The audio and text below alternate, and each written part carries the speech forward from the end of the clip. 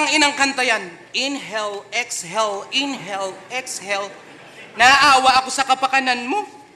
Ginawa nyo pang chorus, edi umulit-ulit yung katangahan nyo. Kala ko pa naman yung makakalaban ko sa next stage, halang.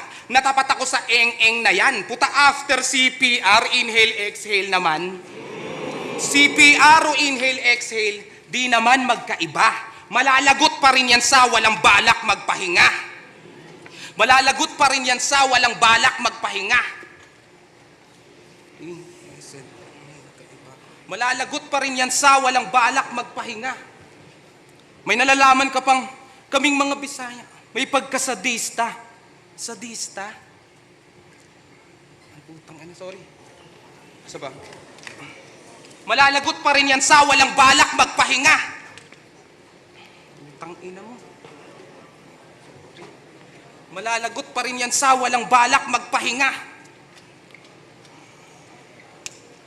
Tapos nagrebat pa siya kay C9, sabi niya, ginagaya ko daw yung sak maestro. Nope.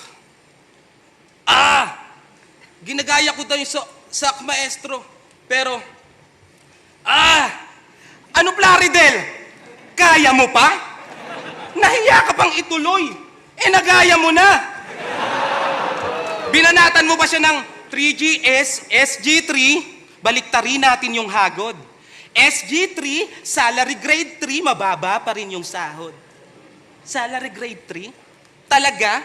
Pues binigyan ka ng 13, pero hindi to 13-month pay. Tsak sasamain ka bro, dahil hindi ka mabubuhay sa salary na to kung marami siyang benefits. Tingnan natin endurance niya. Hindi secured yung buhay mo kahit may life insurance ka. Di lang basta binuli to, nilantad pa pinubliko. Walang nagturo dahil ultimo guro ginulpi ko. Hipokrito, estupido, kailangan bang imulti to? Sa sobrang bobo mo mag-wordplay para kang siyo. Basta, tuloy pa rin kahit mag-overtime. Kita mo ang tunay na kulay ko kahit pa colorblind. Marupok daw si Moko J na ba'y napaka-corning line? Mangingibabaw ang kahoy sa battle parang court ng wine. Nag-choke ako kay Sixth Street. Unang talo ko nung semis. Nag-choke din kay Luxuria pagkatapos ko kay Elvis. Nag-choke din ako kay Prince Rhyme.